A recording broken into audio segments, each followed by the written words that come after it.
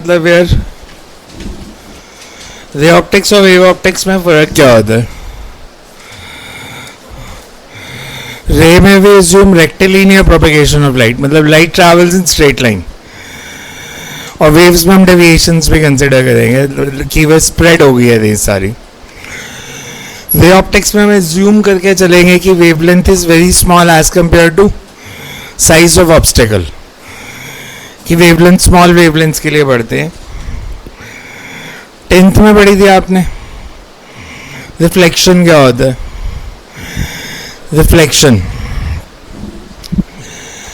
Reflection is a phenomena of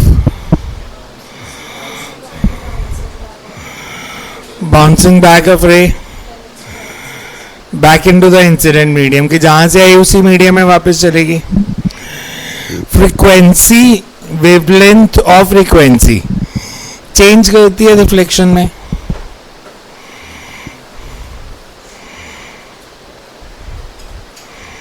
frequency और wavelength change नहीं करते। Speed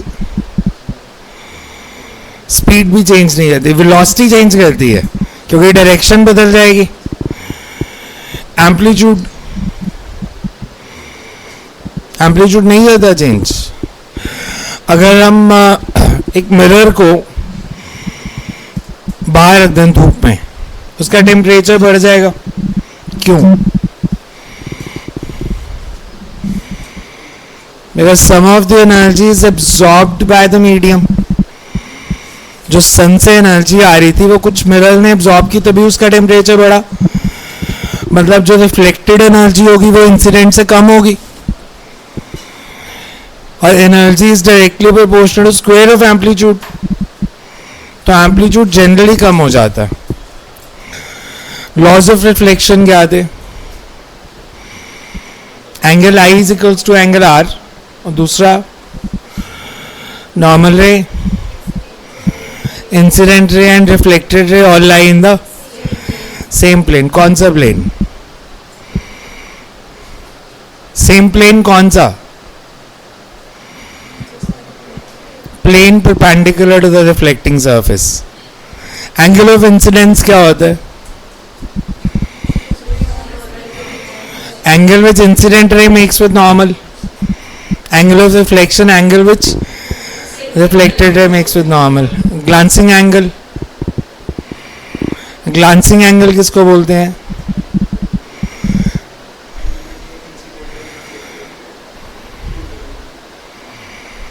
Glancing angle is angle which incident ray makes with reflecting surface. तो अगर normal में और इंसिडेंट रे में आई है तो सरफेस और इंसिडेंट रे में कितना हो जाएगा? 90 minus I, that is called glancing angle. तो जो रिफ्लेक्टिंग सरफेस और इंसिडेंट रे में एंगल बनेगा। फेस चेंज होता है रिफ्लेक्शन में, ये 11th में पढ़ा था। फेस चेंज आपने पढ़ा था 11th में। Reflection from rare medium, reflection from denser medium.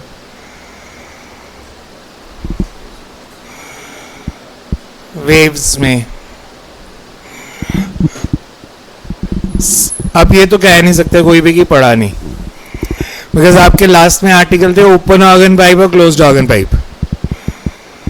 तो क्लोज्ड ऑर्गन पाइप में रिफ्लेक्शन फ्रॉम डेंसर मीडियम का कंसेप्ट यूज हो रहा था, और ओपन में रिफ्लेक्शन फ्रॉम रेयर का यूज हो रहा था। उसमें एक कंसेप्ट यूज किया था फेस चेंज का, नहीं याद? Whenever light suffers reflection from denser medium, a phase change of pi takes place, and in the other medium, no phase change takes place. आपने साउंड में पढ़ा था crest is returned as trough, कि जब हमने वेव्स बनाई थी organ pipe के अंदर, स्ट्रिंग्स में भी पढ़ा था, सोनोमीटर। कुछ नहीं याद? कंडीशन याद है? नोड पता क्या होता है? क्या भूल गए? नोड, एंटी नोड, बड़े अच्छे से पढ़ के आए हो। एनीवेज चलो पहले लिखो रे ऑप्टिक्स। सुबह के बैच को मैंने पढ़ाया तो मेरे को पता चला कि आपने कुछ ज़्यादा पढ़ा नहीं है 10th में, क्योंकि उनको कुछ आता नहीं था। तो इसलिए आपको भी मैं इसी असम्पशन के साथ पढ़ा रहा हूँ कि कुछ आता नहीं है, तो सारी मतलब आज और कल 9th 10th वाला काम ही करेंगे पहले, क्योंकि जो मैं अभी कराऊंगा ना plane mirror reflection, plane mirror reflection CBSE के सिलेबस में नहीं है। सीबीएसई के सिलेबस में कन्वेक्स और कनकेव मिरर ही है सिर्फ, पर सीबीएसई ने ये अज्यूम किया कि आपको प्लेन मिरर रिफ्लेक्शन आती है क्योंकि वो 10th में पढ़ा दी थी, तो उसके आगे भी 11th 12th में रख दिया। बट सुबह मैंने देखा तो वो कहते नहीं हमें तो ये कुछ नहीं कराया था प्लेन मिरर रिफ्लेक्शन में, मतलब रे डायग्राम तक बनाने नहीं आ रहे थे प्लेन मिरर्स के। तो इसलिए हम पहले प्लेन मिरर सीखेंगे, वो आएगा तो कन्वेक्स और कनकेव समझ में आएंगे। तो कैन राइट रे ऑप्टिक्स पहले, रे ऑप्टिक्स यूनिट का नाम है ray optics. The branch of physics in which the branch of physics in which we assume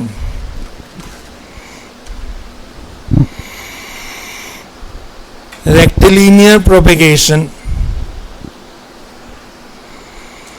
branch of physics in which we assume rectilinear propagation and the wavelength of wave is assumed to be, and the wavelength of wave is assumed to be very small as compared to, wavelength of wave is assumed to be very small as compared to size of obstacle.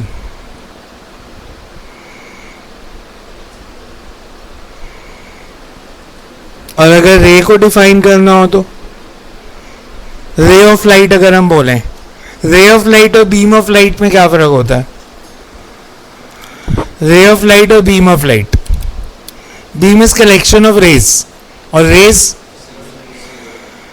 तो define कैसे करेंगे? रे क्या है? जैसे हम incident ray बनाते हैं तो वो क्या है?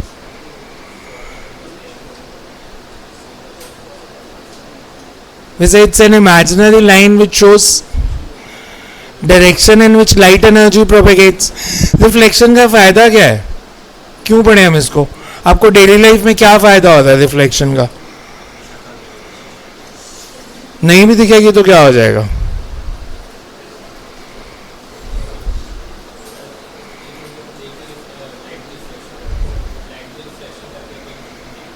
बिकॉज आप किसी भी चीज को तब देख पाते हो तब क्योंकि वो लाइट रिफ्लेक्ट कर रही है।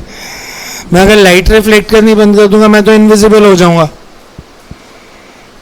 बिकॉज अगर मेरे पे लाइट फॉल करे और मैं सारी एनर्जी एब्जॉर्ब कर लूं, अभी आपने मेरे को तो कभी देखा नहीं है,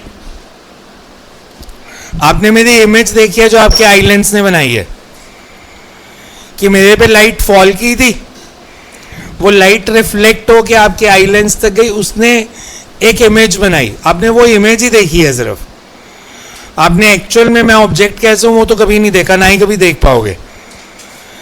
तो अगर मैं लाइट रिफ्लेक्ट नहीं करूंगा तो इमेज भी नहीं बनेगी। तो आप कोई भी चीज देख रहे हो, बोर्ड दिख रहा है, दीवार दिख रही है, that's because of reflection of light. तो मिरर में और इसमें फर्क क्या है फिर? मिरर और इस दीवार में दोनों लाइट रिफ्लेक्ट कर रहे हैं। मिरर में जो रिफ्लेक्शन है दैट्स कॉल्ड रेगुलर रिफ्लेक्शन, मतलब अगर इंसिडेंट रेज पैरेलल हैं तो रिफ्लेक्टेड रेज भी पैरेलल ही होंगी। दीवार में जो है that's irregular reflection, incident beam अगर पैरेलल है रिफ्लेक्टेड रे पैरेलल नहीं होगी, अलग अलग डायरेक्शंस में चली जाएंगी। तो दीवार में अपनी शक्ल नहीं दिखेगी, दीवार में अपनी शक्ल देखनी है तो दीवार को स्मूथ बनाना पड़ेगा। आप देखोगे अगर मैं बहुत इसको स्मूथ बना के इस पर ग्लॉसी पेंट कर दूं तो आपको उसमें अपनी फेंट इमेज नजर आनी शुरू हो जाएगी। या जैसे बोर्ड के सामने खड़े हो गए तो स्मूथ है तो इसमें आपको अपनी एक फेंट इमेज नजर आएगी, ऑल्दो ये मिरर नहीं है। तो रेगुलर रिफ्लेक्शन में इमेज बनती है, दो तरह की इमेज होती है, रियल और वर्चुअल। रियल इमेज क्या होती है, वर्चुअल इमेज क्या होती है?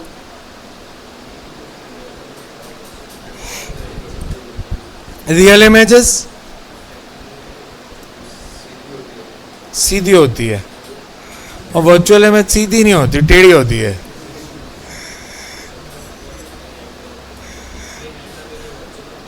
बिहाइंड द मिरर वर्चुअल होती है, और real image between mirror and object होगी। रियल इमेज को फोटोग्राफ कर सकते हो, वर्चुअल इमेज को कर सकते हो, वर्चुअल इमेज की फोटो ले सकते हो। मिरर सेल्फी, मिरर में सेल्फी खींचते हो तो वर्चुअल इमेज की फोटो ही खींची है आपने, रियल की थोड़ी खींची है। रियल इमेज तो आपके और मिरर के बीच में बनेगी, वो तो दिखेगी नहीं। आप जो सुबह शीशे में शक्ल देख के आए हो वर्चुअल ही थी, प्लेन मिरर था,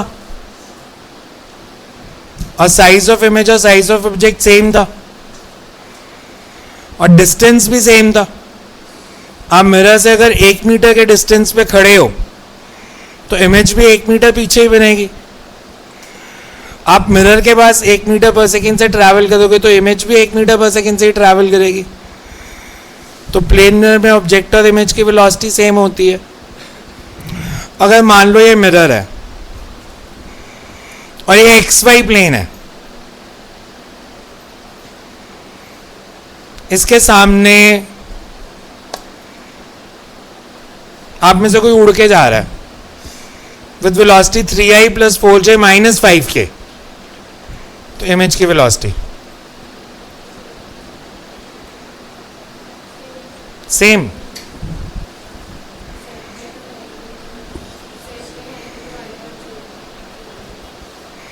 ऑब्जेक्ट ये XY प्लेन, ऑब्जेक्ट की वेलोसिटी 3i + 4j - 5k,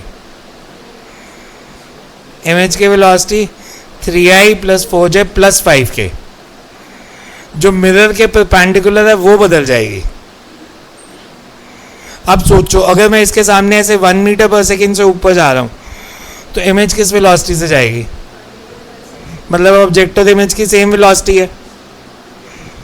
मैं ऐसे जाऊंगा 1 मीटर पर सेकेंड से तो भी इमेज की वेलोसिटी सेम, मतलब एक्स और वाई प्लेन में वेलोसिटी नहीं बदलती। तीसरा है जेड एक्सिस, मैं ऐसे जा रहा हूँ 5 मीटर पर सेकेंड से तो इमेज ऑपोजिट आएगी। तो अगर ऑब्जेक्ट की वेलोसिटी -5j है तो इमेज की वेलोसिटी +5j हो जाएगी। अब मान लो ये प्रभनूर आ रहा है मिरर के पास विद वेलोसिटी 3 मीटर पर सेकेंड, तो इसको ये बहुत धीरे धीरे आ रहा था तो मिरर भी इसके पास जाने लग गया विद 2 मीटर पर सेकेंड, तो इमेज की वेलोसिटी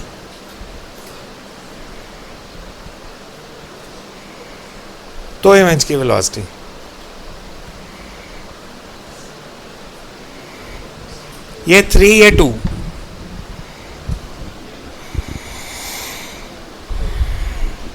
फाइव। कंसेप्ट क्या होता है ये बताओ?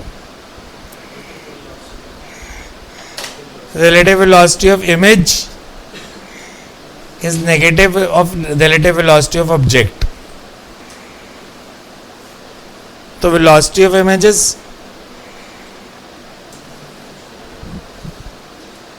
relative velocity पता है ना क्या होती है? क्या होती है? मेरे को भूल गया। relative velocity क्या होती है?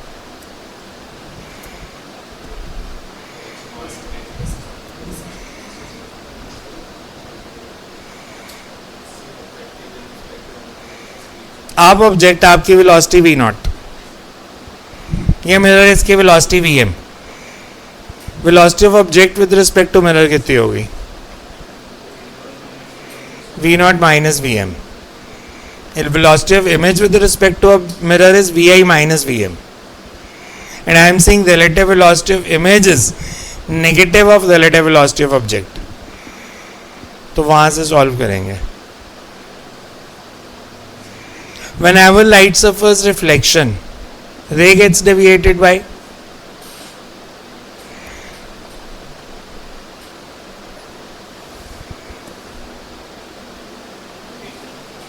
whenever light suffers reflection, the ray gets deviated by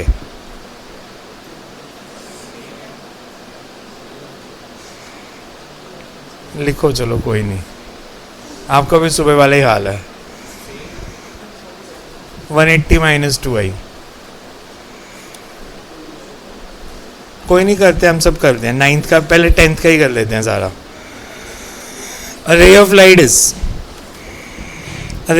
is defined as imaginary line.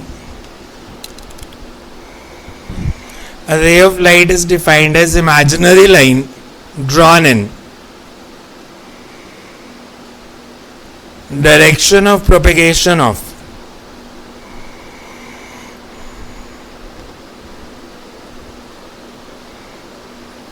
energy, and the group of rays is called beam of light, and the group of rays is called the beam of light. Beam of light can be of three types.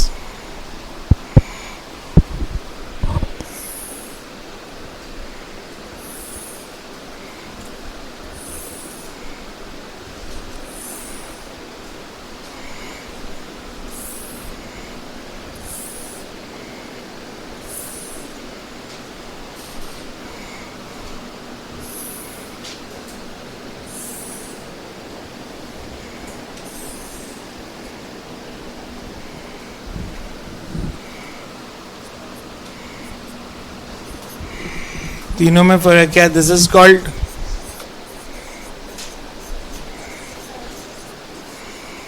Parallel beam, this is divergent beam.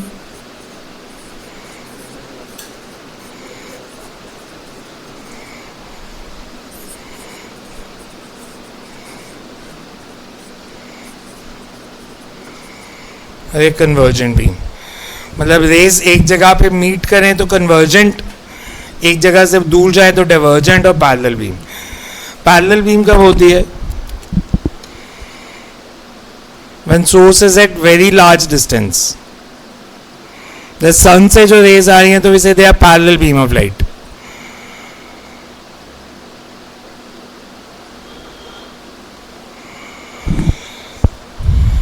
You can read reflection of waves.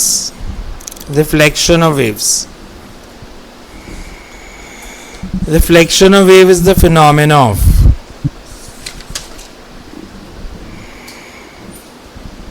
bouncing back of ray of light back into the incident medium, back into the incident medium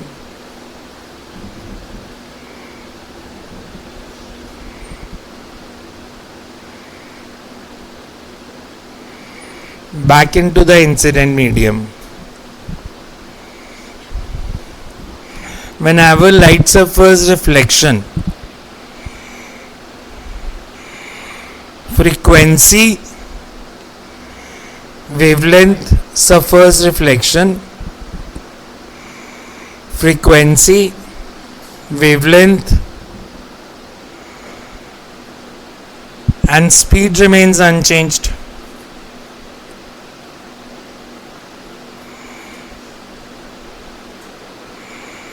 Velocity will change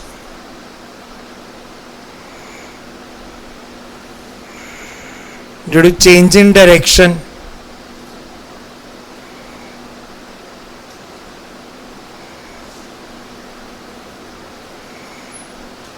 and the amplitude generally decreases due to absorption of energy. Amplitude generally decreases due to absorption of energy.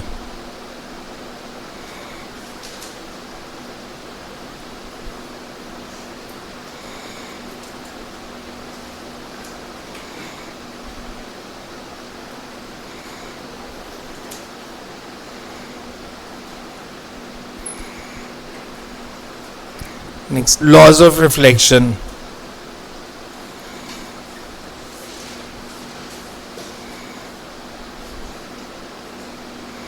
First is incident ray, reflected ray and normal,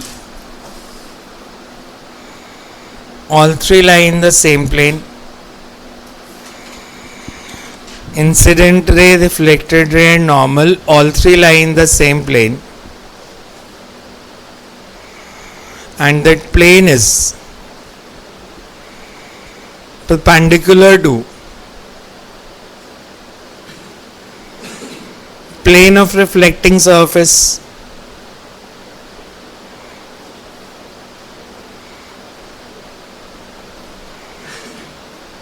Second is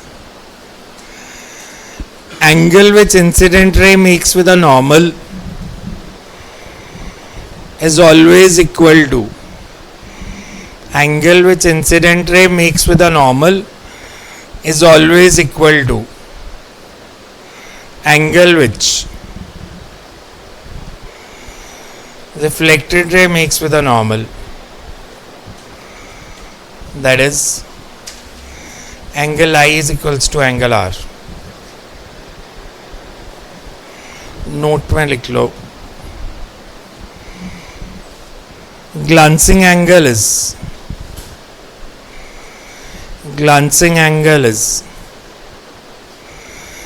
angle which incident ray makes with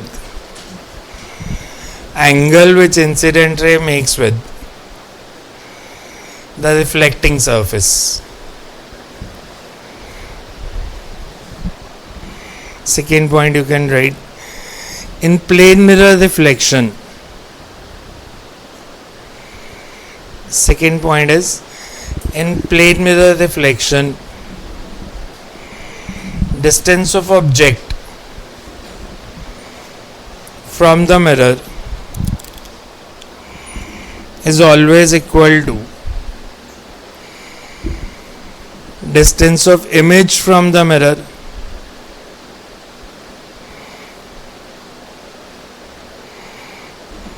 also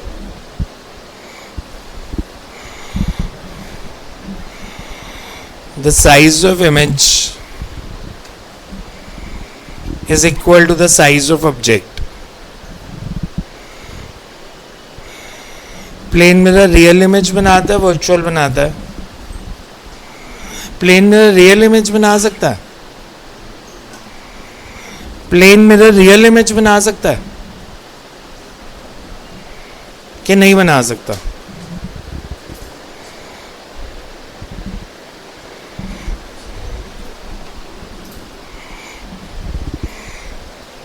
मान लो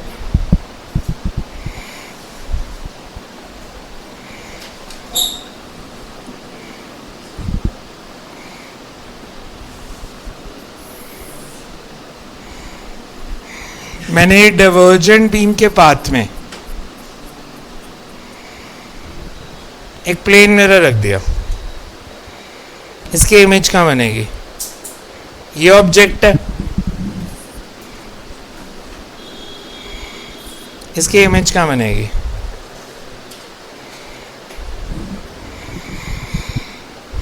ये incident रे,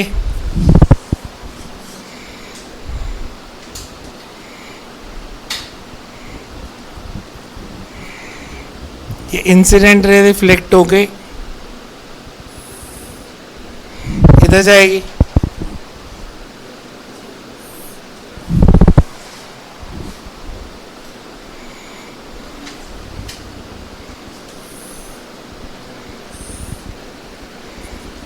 यहाँ image बनेगी, where the rays are not actually converging, they appears to converge, because ray तो इधर चलेगी, इनको पीछे एक्सटेंड किया, the point where they appears to converge, that is virtual image. मैं अगर इधर मिरर रखूं,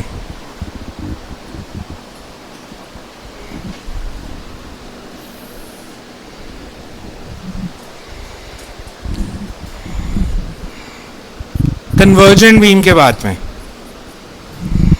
तो ये रे रिफ्लेक्ट होके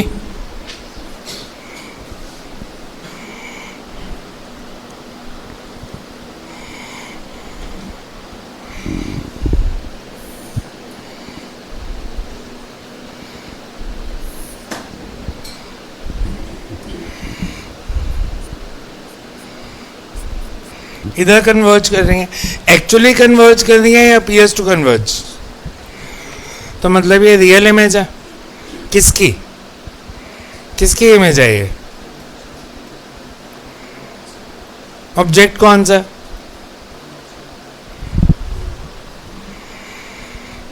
और ये वर्चुअल ऑब्जेक्ट है। तो अगर रियल ऑब्जेक्ट है तो वर्चुअल इमेज, वर्चुअल ऑब्जेक्ट मतलब ऑब्जेक्ट मिरर के पीछे अगर एज्यूम कर लिया, जैसे मिरर के सामने एक और मिरर रख दिया, तो वर्चुअल ऑब्जेक्ट की real image. So you can write a plane mirror always forms virtual image if the object is real. इसी नोट में यहाँ plane mirror always forms virtual image if the object is real and real image if the object is virtual, and real image if the object is virtual.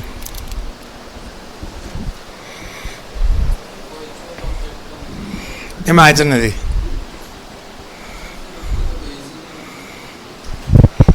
Mirror में देख रहे हो तो virtual object ही बन गया ना, उसको ऑब्जेक्ट मान लो।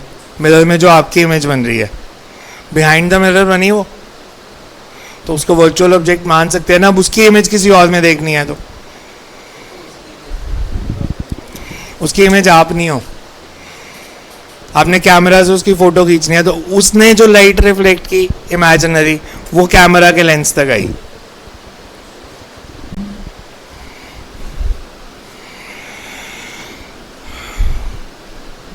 क्वेश्चन लिखो, find the position of image of object O. Find the position of image of object ओ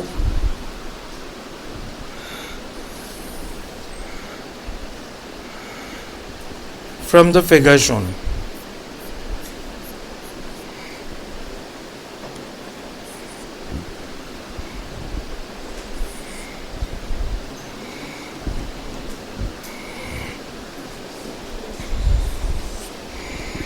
ये मिरर है, ये ऑब्जेक्ट है, इसकी इमेज बताना है किधर बनेगी।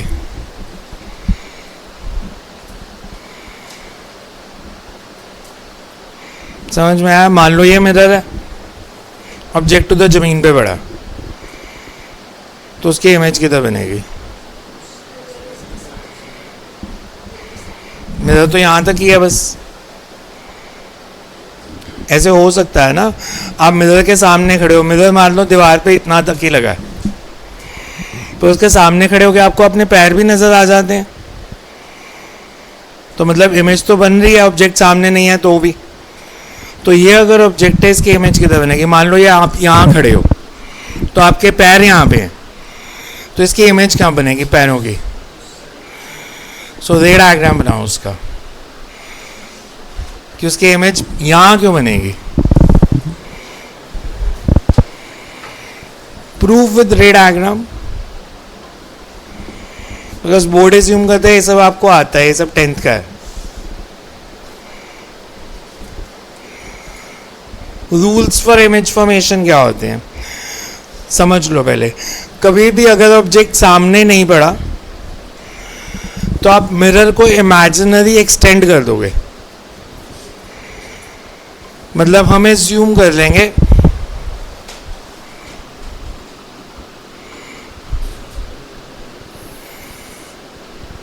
ये मिरर को एक्सटेंड कर लिया,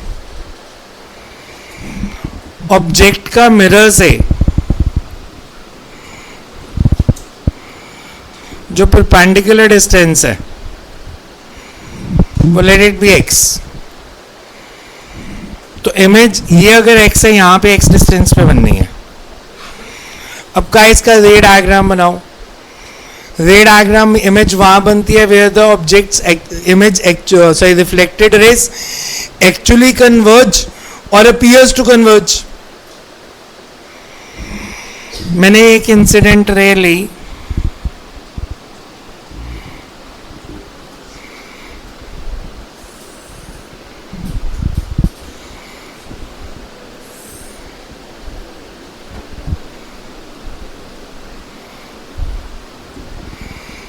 से इंसिडेंट रे मिरर के लोअर एंड पे, इधर नॉर्मल बनाऊं तो कैसे बनेगी? मैं अगर इस पॉइंट पे बोलूं नॉर्मल ड्रॉ कर दो,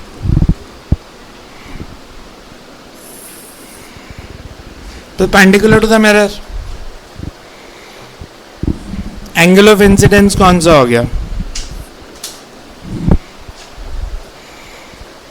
ये लाइट रिफ्लेक्ट होगी और रिफ्लेक्ट होके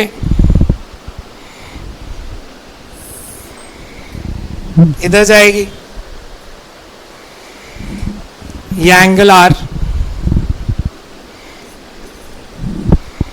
and laws of reflection says angle I is equals to angle are.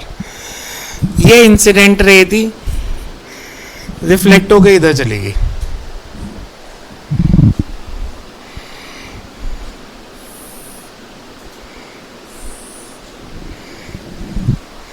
Backward extend किया तो यहां पे आई, एक रे और बना ली हमने, मान लो यहां से रिफ्लेक्ट हुई, ये इधर से रिफ्लेक्ट हुई और इधर चलेगी,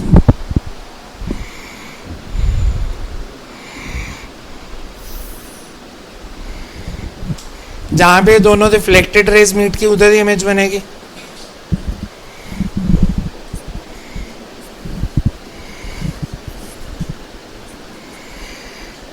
तो ये डिस्टेंस x, तो ये भी x। तो ये मेथड होता है इमेज फॉर्मेशन का प्लेन मिरर्स में, कि where the rays appears, rays converge और अपीयर्स टू कन्वर्ज। तो इसमें इमेज फॉर्म्ड इज रियल या वर्चुअल? वर्चुअल। बना लो ये डायग्राम।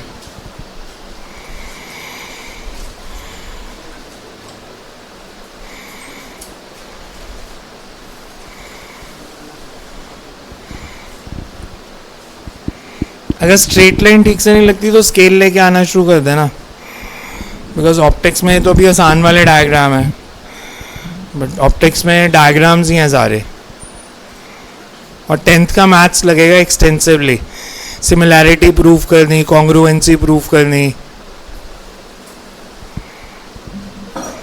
हाँ सब ऑल्टरनेट एंगल्स, कोरेस्पॉन्डिंग एंगल्स, पूरी ज्योमेट्री लगाएंगे इस चैप्टर में।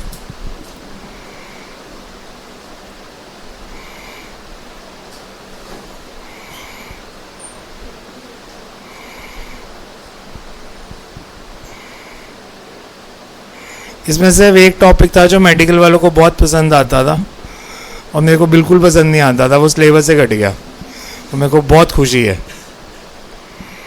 ह्यूमन आई की कंस्ट्रक्शन, आई के पार्ट्स कौन कौन से होते हैं। अरे 10th की बायो मेरे को कहाँ याद है, 10th में भी पता नहीं कैसे पास हुआ था मैं। वो मेरे ख्याल से 12-13 साल सिलेबस में रहा टॉपिक, मैंने शायद 1 साल ही पढ़ाया बस, बिकॉज मैं कहता तो खुद से ही पढ़ लो, यहाँ किसी बायो वालों को बोलो आपको पढ़ा दे, बिकॉज मेरा पढ़ाने का तरीका क्या होना था, मैंने रात को बैठ के उसको रटना था अच्छे से, और फिर अगले दिन आके यहाँ पे वो सब उड़ेल देना था जो रात को रट्टा मारा है, और बीच में से कुछ भूल गया तो फिर मैं बुक उठा के देखूंगा कि क्या था पार्ट का नाम। तो बेटर है बायो वाले ही पढ़ाए जो रोज ये काम करते हैं।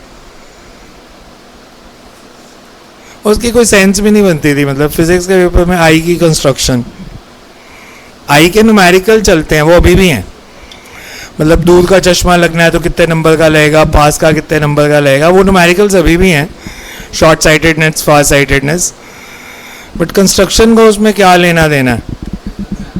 हाँ, मेरे से तो 1 साल मैंने पढ़ाया, मेरे से तो आंख ही नहीं बनी बोर्ड पे, अब बल्कि आसान हो जाता है, अब रख दे तो मैंने तो नेट से कॉपी कर लेनी है, वो इंटरनेट चला के आई की फोटो लगा देनी, यहाँ पे बना लो तो।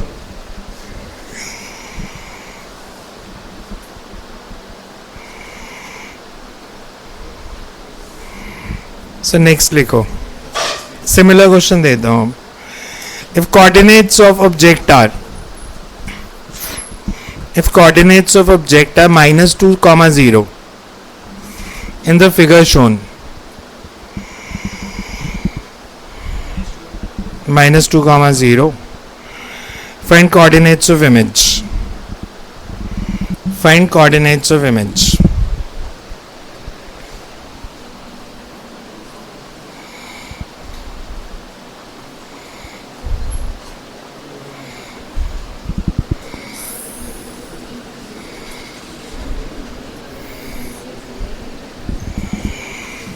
ऑब्जेक्ट दिया है यहाँ पे,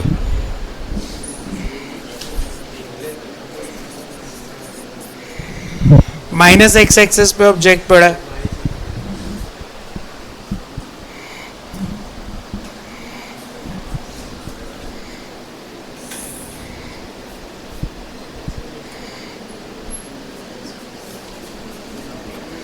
और ये मिरर, इसकी इमेज बतानी है किधर बनेगी ऑब्जेक्ट की।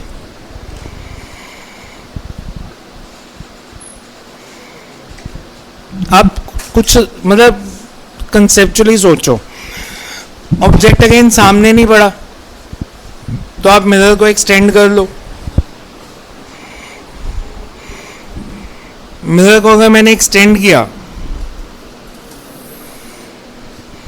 तो ये मिरर है। ऑब्जेक्ट का मिरर से परपेंडिकुलर डिस्टेंस, तो इमेज भी यहीं बनेगी। इसके कोऑर्डिनेट्स -2, 0, तो इसके ये आंसर है।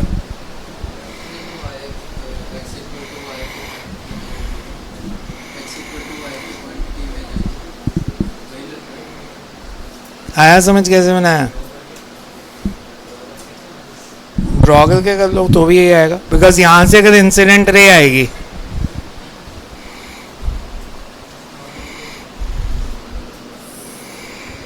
यदि नॉर्मल इधर कैसे बनेगी, इस पॉइंट पे ये नॉर्मल होगी,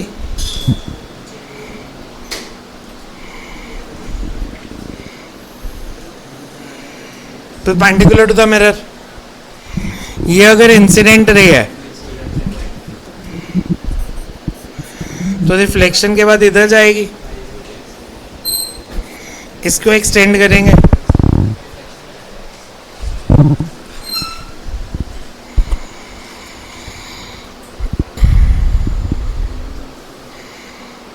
ये सारे क्वेश्चन वैसे 10th की HC में से लिए हैं मैंने। 10th में HC है, 9th की भी आती है तो 6th से साइंस की है। 6, 7, 8 साइंस सब है उसमें, केमिस्ट्री बायो भी है, और ये 9, 10 फिर फिजिक्स की अलग हो जाती है।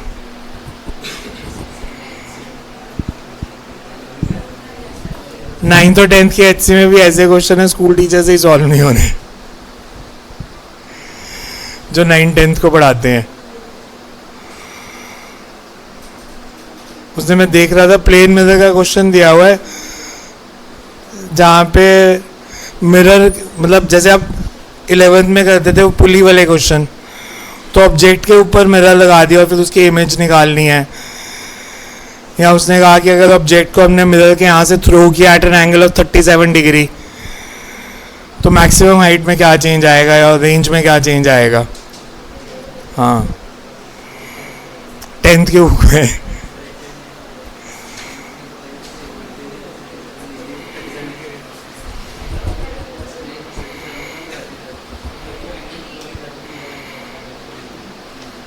So you can write next देखो, deviation by mirror, deviation by mirror.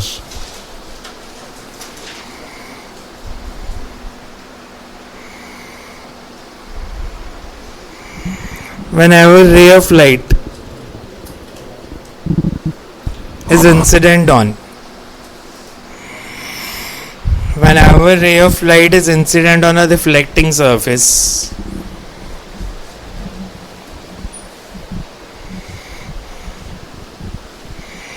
the reflected ray gets deviated from original path. Reflected ray gets deviated from original path by an angle reflected ray gets deviated from original path by an angle 180 minus 2i.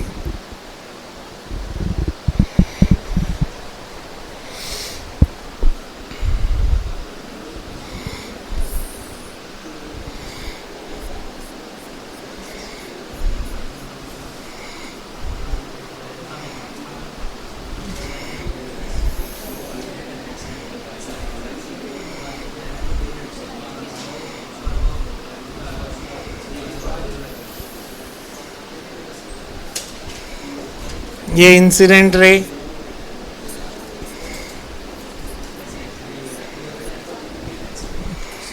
Reflected ray किधर जाएगी?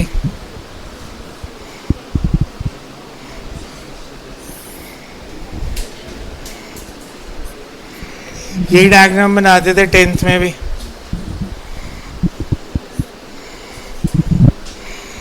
इस रे का ये original बात था, इधर जा रही थी और फाइनली इधर गई, तो डेविएशन यही हुई। अगर ये एंगल आई है तो ये भी आई है, तो this is 180 minus 2i. So whenever ray suffers reflection, deviation is 180 minus 2i.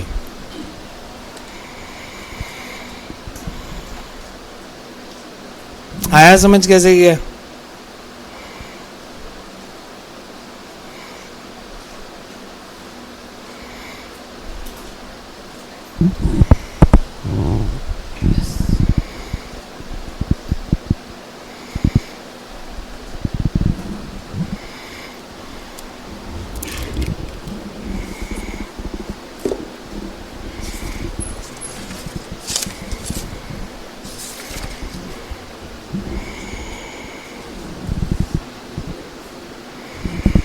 Numerical लिखो। Two plane mirrors are inclined at an angle theta.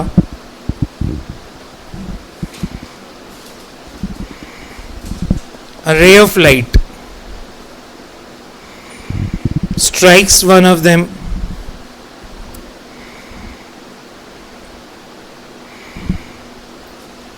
find. A ray of light strikes one of them, find its deviation.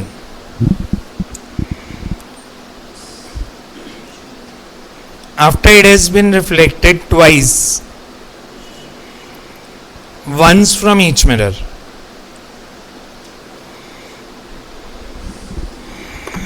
When it has been reflected twice, once from each mirror.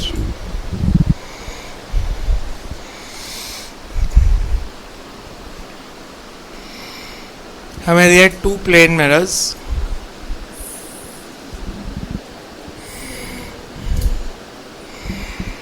they are inclined at certain angle theta.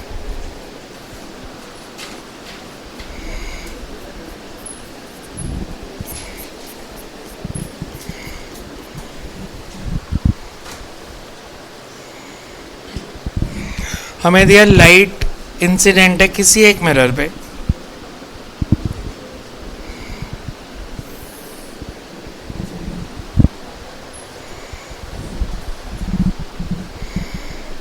यहां से reflect होकर इधर चलेगी,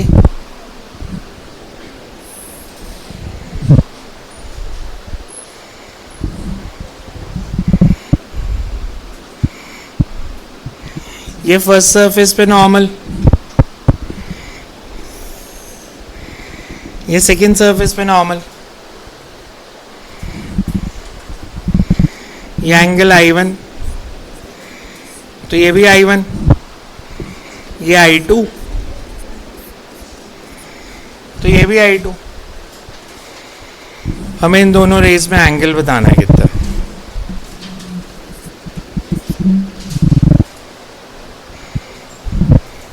initial और final रे में total deviation. Question समझ आया? पहले हमने अभी कहा पढ़ा, whenever ray suffers reflection deviation is, तो फर्स्ट सरफेस पे deviation is 180 minus 2i1, second surface पे 180 माइनस 2i2. डायग्राम में शो करूं अगर मैं,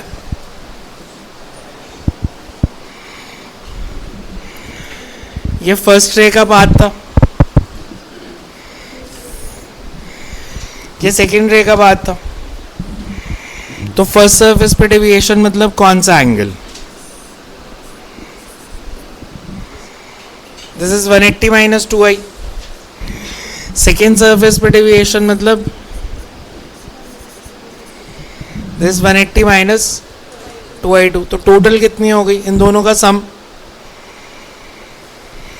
180 minus 2i1 plus 180 minus 2i2. अब थोड़ी सी ज्योमेट्री देखते हैं. ये एंगल i1, तो ये angle 90 minus i1,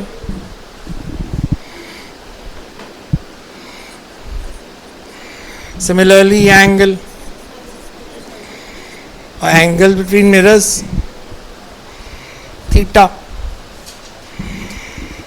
total deviation is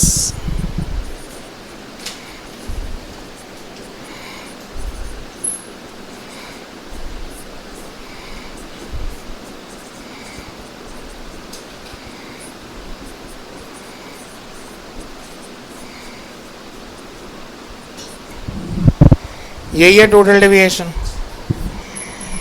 in तीनों एंगल्स का सम 180.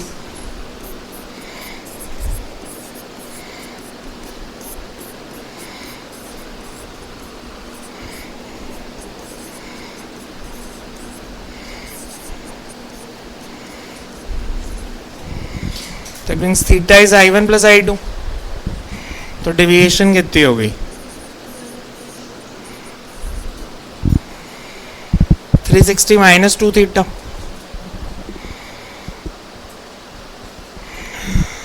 एक केस और भी बन सकता है.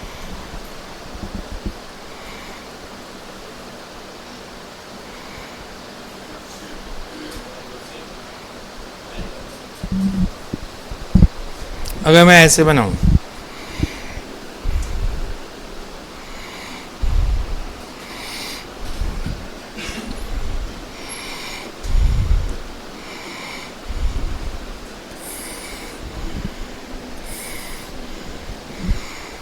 ये दो मिरर्स,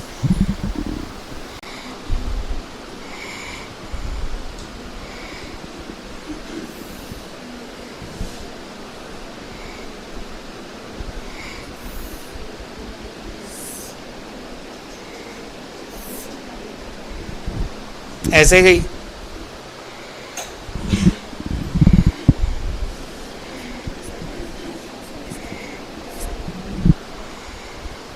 फर्स्ट सरफेस पे नॉर्मल,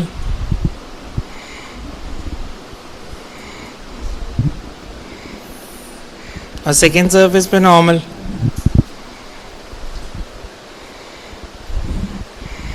ये एंगल i1,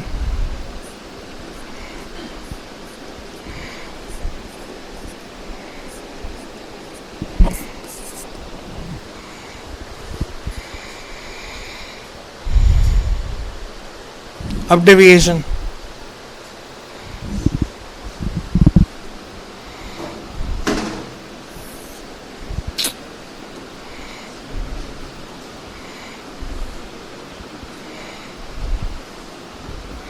ये इसका एक्चुअल बात था,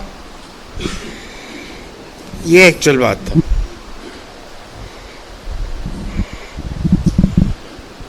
डेल वन कौन सा एंगल?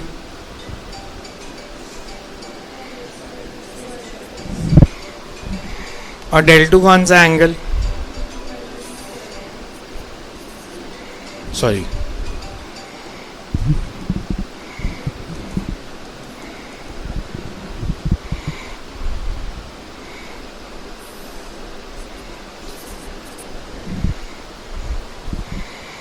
बिकॉज ये एक्चुअल पाथ था, रे इधर गई,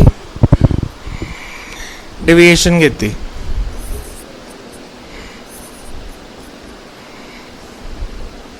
फर्स्ट सरफेस पे कितनी है?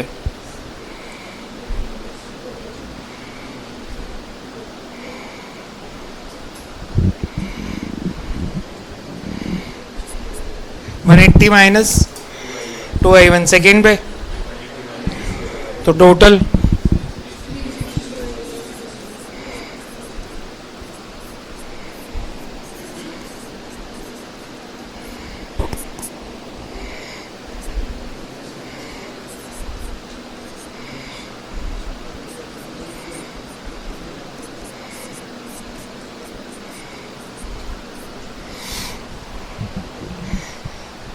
आपने पीछे कुछ पूछा नहीं, मैंने ऐड क्यों किया? del 1 प्लस del 2 किया था, अब मैं कह रहा हूँ del 2 माइनस del 1। ध्यान से देखो डायग्राम, पीछे वाला देखते हैं पहले। जो मैंने del 1 मार्क किया है, क्लॉकवाइज है एंटी क्लॉकवाइज है?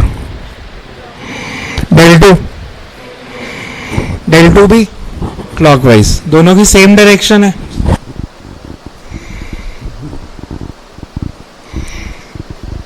इसमें del 1 और del 2, तो डिफरेंस लेना पड़ेगा, क्योंकि एक क्लॉकवाइज डेविएशन है, एक एंटी क्लॉकवाइज है। दो वेक्टर सेम डायरेक्शन में हो तो ऐड होते हैं, ऑपोजिट में हो तो सब्ट्रैक्ट होते हैं, तो ये ऑपोजिट डायरेक्शन है। तो मैंने मान लिया del 2 ज़्यादा है, मेरे को पता नहीं है, मैंने एज्यूम किया कि del 2 ज़्यादा है, तो net deviation is del 2 minus del 1। इसमें अगर मैं ट्राइंगल में देखूं, अब ये एंगल I1, ये एंगल, ये पूरा एंगल, सॉरी ये पूरा ट्राइंगल का पूरा एंगल, ये एंगल, ये 90 है, तो ये 90 प्लस I2, तीनों का सम,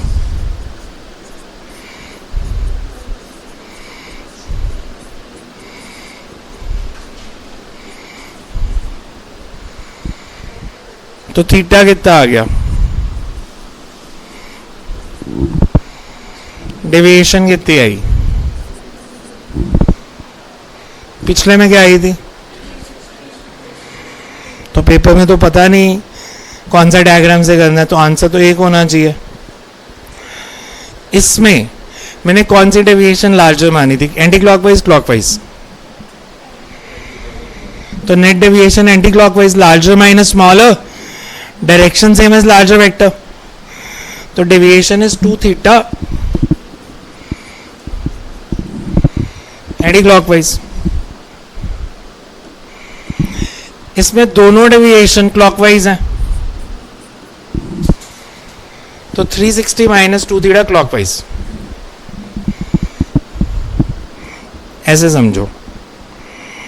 मान लो ये इंसिडेंट रे और ये इमर्जेंट रे, फाइनल रे। मैंने कहा angle between incident and emergent raise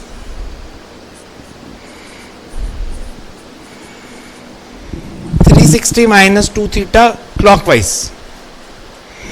अगर मैं ये एंगल पूछूं तो ये कितना है?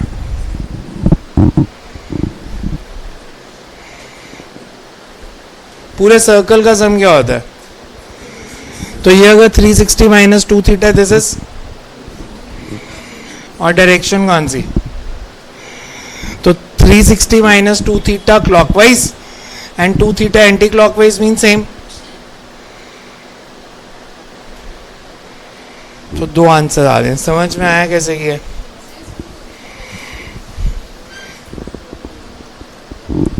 ये थीटा 1 या थीटा 2 दोनों का सम क्या होगा?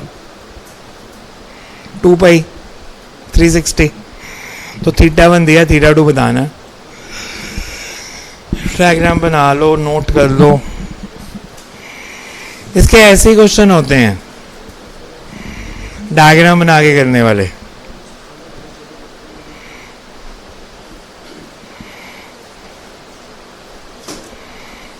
क्या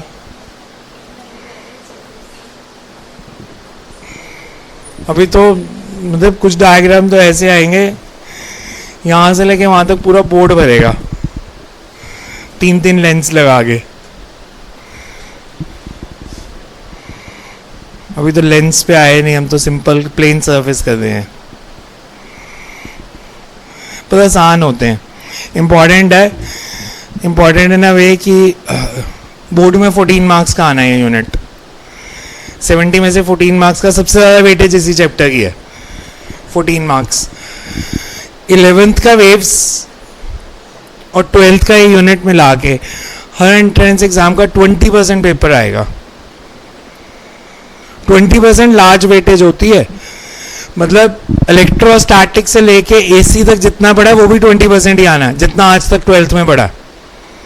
और ये वाला चैप्टर है 11th का वेव्स में लाके भी 20% ही आना है। पूरी मैकेनिक्स 20% आनी है, यूनिट्स एंड डायमेंशन से लेके ग्रेविटेशन तक। तो यूनिट्स एंड डायमेंशन से ग्रेविटेशन पढ़ने की जगह ये एक ढंग से पढ़ लोगे तो ये 20% नंबर आ जाएंगे पक्के। 11th का वेव्स, 12th का रे and wave optics. Because modules में डिवाइडेड आपका सिलेबस, 5 मॉड्यूल्स में हम डिवाइड करते हैं रफली, मतलब ऐसे फिक्स तो उन्होंने नहीं किया हुआ, बट वैसे हर मॉड्यूल में से 20% पेपर आता है। One is mechanics 20% paper, 20% optics, 20% electricity magnetism, 20% modern physics. वो सबसे आसान 20% है। नीट में 9 से 10 क्वेश्चन आते हैं उसमें से। Modern physics means dual nature, atomic structure, Rutherford's model, Bohr's model और सेमीकंडक्टर। सो फिजिक्स में 10 क्वेश्चन आते हैं इस पार्ट में से। जेई में भी मेंस में 4 या 5, 20% पेपर आना सीधी सीधी बात है, और बहुत छोटा सिलेबस है। और अगर ढंग से पढ़ लोगे तो केमिस्ट्री में भी 3-4 तो आते ही होंगे, कि डुअल नेचर, फोटोइलेक्ट्रिक इफेक्ट और एटॉमिक स्ट्रक्चर के। तो आप मेडिकल वाले तो ये मान के चलो कि उसमें से आपको 13-14 क्वेश्चन आने हैं फिजिक्स केमिस्ट्री में लाके। तो स्मार्टली पढ़ना ज़्यादा ज़रूरी होता है। ओवर एस्टिमेट अपने आप को मत करो। मेडिकल वालों को नहीं कह रहा, उनके लिए कोई एडवाइस नहीं है, आप सब करोगे। नॉन मेडिकल वाले ऑप्टिक्स और मॉडर्न फिजिक्स अगर आप अच्छे से पढ़ लेते हो, मतलब ये वाला पार्ट जो चल रहा है और मॉडर्न फिजिक्स, अगर 30 क्वेश्चन आए आपके सिलेबस में, 10 इसमें से आएंगे, तो आप ये 40 नंबर पक्के कर सकते हो। बिकॉज ये इजी पार्ट भी फिजिक्स का सबसे यही है। बाकी सारी फिजिक्स मिला के इलेक्ट्रिसिटी, मैग्नेटिज्म, मैकेनिक्स और जनरल फिजिक्स। जनरल फिजिक्स में heat and thermodynamics, states of matter, solid, liquid, gases, मतलब जो छोटे छोटे बचे हुए चैप्टर है वो सब जनरल फिजिक्स। तो नॉन मेडिकल वालों को मैं बोलता हूँ ये ऑप्टिक्स और मॉडर्न फिजिक्स में से फुल स्कोर करने की कोशिश करो। हमें नंबर जेई में चाहिए कितने होते हैं? अगर मैं मान के चलूँ आपको टॉप एनआईटी भी चाहिए तो 200 के आसपास, लगभग 200 मार्क्स चाहिए। रेशो आपकी होनी चाहिए कि रफली अगर 200 मार्क्स चाहिए, 80 से 90 केमिस्ट्री में स्कोर करने पड़ेंगे, जो इजी वे होता है, और फिजिक्स और मैथ्स मिला के 120 नंबर। तो अगर मैं 60-60 मानूँ फिजिक्स और मैथ्स में लेने हैं तो 40 तो आप इसमें से स्कोर कर सकते हो। बाकी सारे सिलेबस में से 20 नंबर और लेने हैं। केमिस्ट्री में 80-90 लेने पड़ेंगे। आज आते हैं केमिस्ट्री में, मैं बस लास्ट टू लास्ट ईयर वो शिव ज्योति स्कूल का स्टूडेंट था, उसने केमिस्ट्री में 120 ले लिए थे। मतलब 120 मार्क्स का था पेपर होता था, तो उसके केमिस्ट्री में फुल नंबर आ गए थे। तो केमिस्ट्री में फुल नंबर लेके फिर उसका फिजिक्स और मैथ्स का काम आसान हो गया। मैथ्स में तो शायद 6 ही नंबर थे, फिर भी एनआईटी में पढ़ रहा। तो थोड़ा स्मार्टली तैयारी करना। बन गया डायग्राम? अपने आप बनाओ वैसे अगला।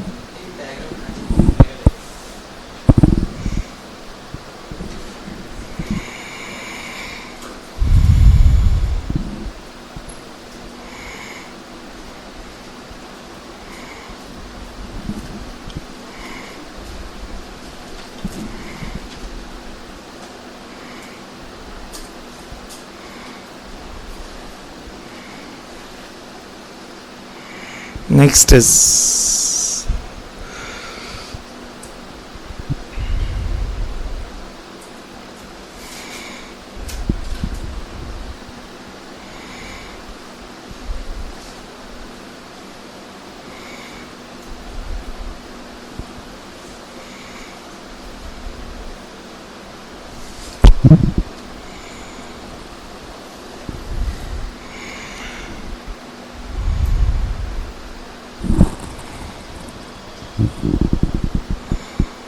वैसे तो आपके पास सबके पास कलर्ड पेन होते हैं, बट नहीं भी जो लेके आते ले आना। केमिस्ट्री वाले वैसे सबके पास होते हैं 3-4 रंग के पेन। तो आपको आदत डाल रही है पीपी सर ने, रेड ग्रीन ब्लू ब्लैक। हाँ बस, तो एक स्टैंडर्ड बना लेना ना कि नॉर्मल हमेशा रेड कलर से ही बनानी है, तो वो स्टैंडर्ड कर लेना कि बिकॉज पूरे चैप्टर में, ये चैप्टर अभी शुरू हो गए, अब ये लगभग 25 क्लासेस चलना है, तो टाइम लगेगा इसको अभी 1 महीना, मतलब आप मान के चलो कि 1 महीना लगेगा, छुट्टियों के बाद भी चलेगा यही।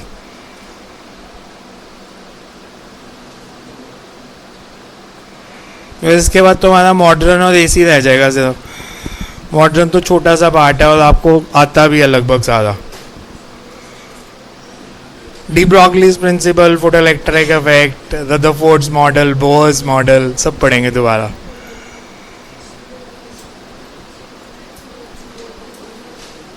So you can write numeric theory लिखो। Relation between velocity of object and image. Relation between velocity of object and image.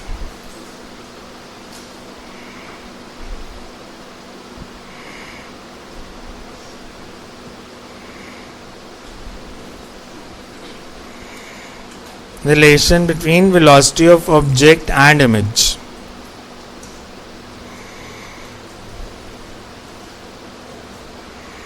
In plane mirror reflection, ये सिर्फ प्लेन मिरर के लिए है formula. In plane mirror reflection, component of velocities which are parallel to the mirror, component of velocity of object which are parallel to the mirror remain same for the image velocity also, remain same for image velocity also, whereas the perpendicular component of velocity is reversed, whereas perpendicular component of velocity is reversed. For example, if mirror is placed in xy plane,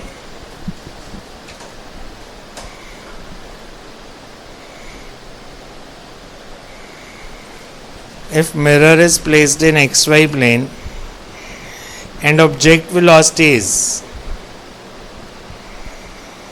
ux I cap plus uy j cap plus uz k cap,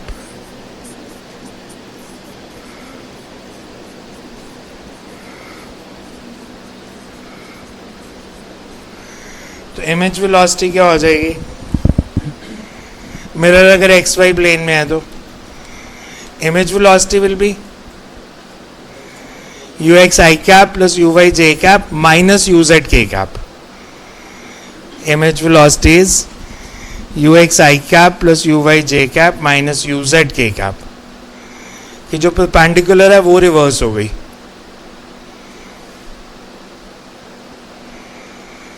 In general,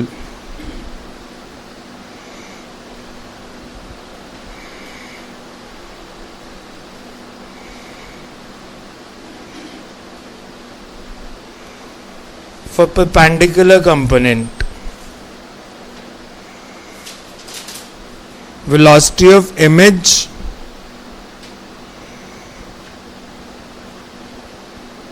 relative to mirror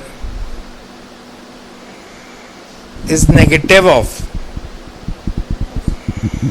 image relative to mirror is negative of the velocity of object relative to mirror, that is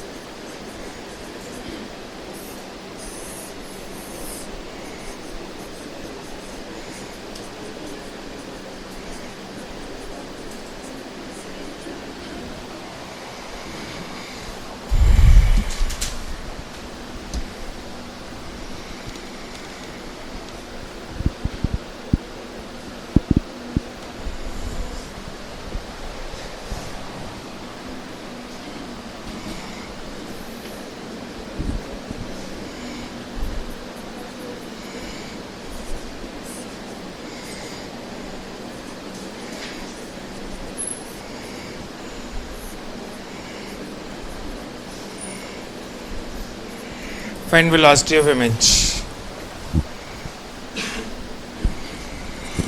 Object move कर रहा है towards mirror with 5 meter per second.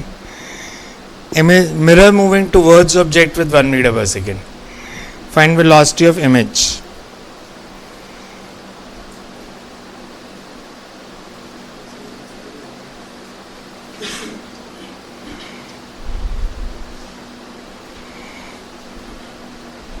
Velocity of image का ये formula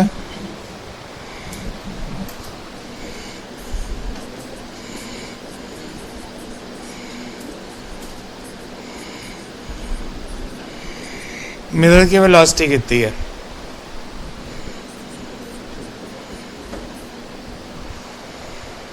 x direction में 1 towards negative x axis. Object की velocity